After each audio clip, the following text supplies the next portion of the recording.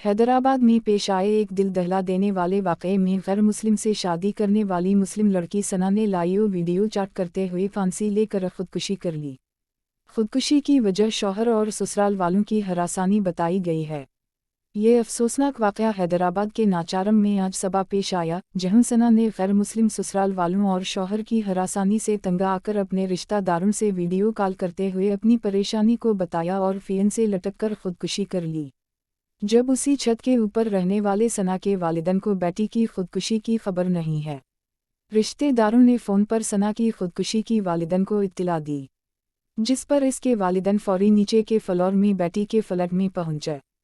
تب تک ثنا کی موت ہو چکی تھی۔